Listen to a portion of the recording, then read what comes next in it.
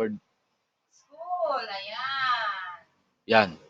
Next, sige, Yan. next Sorry. tayo. Okay, so gaya nga na nabanggit ko kanina, so ang lesson natin ay nasa Unit 2, Lesson number 1, Symmetry. So makikita po natin siya sa page 115 ng ating ebook. So ano nga ba ang makikita natin sa page 115? So dito tayo magsisimula ng lesson natin pagdating naman sa arts natin. Okay, ano bang meron dyan? So syempre, meron tayong balance. Okay, balance at the same time ay iba't ibang kinds ng balance natin. Okay, contrast at saka emphasis. Okay, umpisa muna natin sa balance. Kapag sinabi natin balance, refers to the way the elements of art that are arranged to create a feeling of visual equilibrium and stability in work. So in other words, pag nakakita tayo ng isang art at kapag sinasabi nating balance, ang Tagalog kasi ng balance is balance eh. Ibig sabihin, pag tinignan natin siya, it's either naka-center siya, gitnang gitna. Okay? So yun po yung tinatawag natin na balance. Okay, meron tayong dalawang klase ng balance, no? We have the symmetrical at saka asymmetrical. Okay, si symmetrical balance is perfectly centered compositions. Ibig sabihin, kapag gumawa tayo ng isang art, nasa gitna siya. Gitnang gitna talaga siya. Okay? Gitnang gitna talaga siya. So yun po yung ah symmetrical. Pag sinabi naman nating asymmetrical, the design is typically off-centered or created with an odd or mismatched numbers or disparate elements. Okay, pwedeng nasa left siya, pwedeng nasa right siya. Okay, depende yan. Kasi naman, asymmetrical naman siya. So wala naman magiging problema.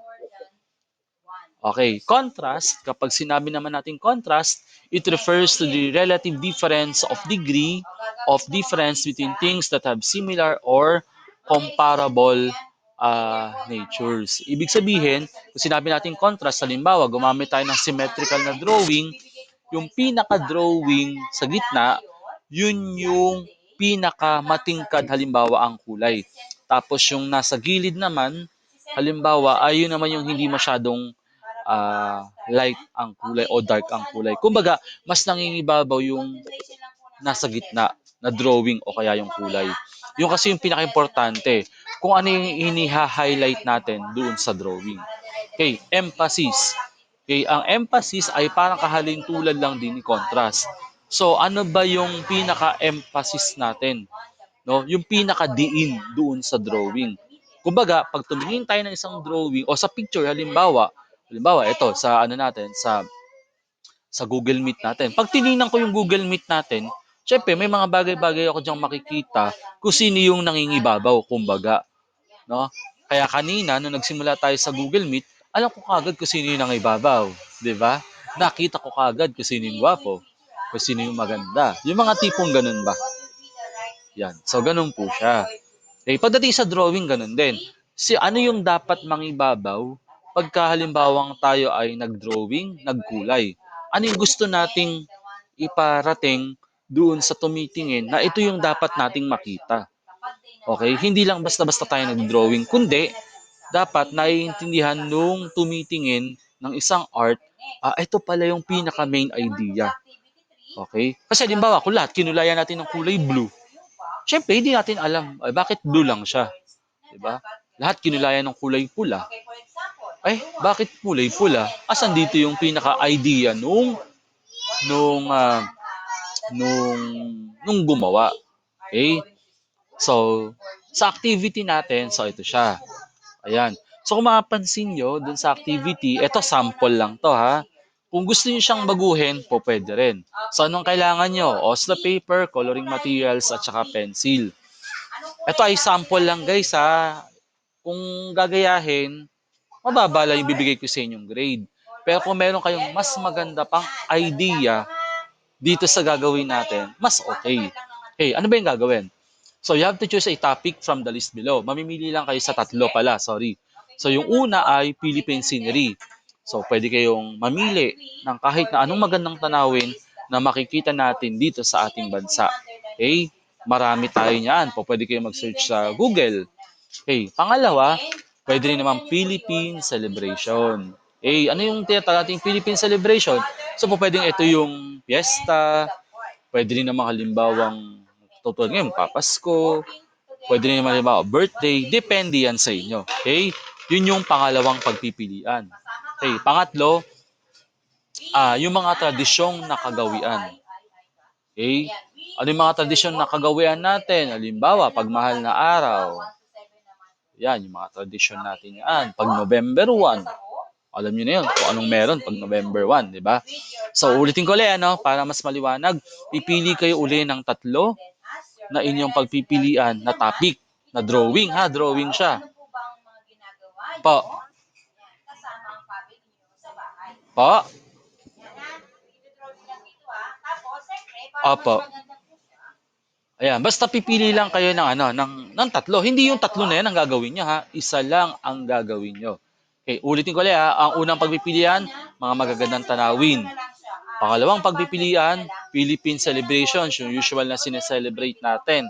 Yan, basta type nyo lang sa Google, Philippine celebrations, yan, makakapamili na kayo. Then, pangatlo ay Philippine traditions, type nyo lang din. Ayan, marami rin kayong pagpipilian. Okay? So, ano yung next na gagawin? List down 5 significant things or objects that comes to your mind when you talk about the topic. So, po pwede siyang i-drawing uli, no? Siyempre, nakapili na kayo. So, i-drawing siya or po pwede nakasulat. Yeah, dun sa paligid. Kasi ito yung idea natin, eh, no?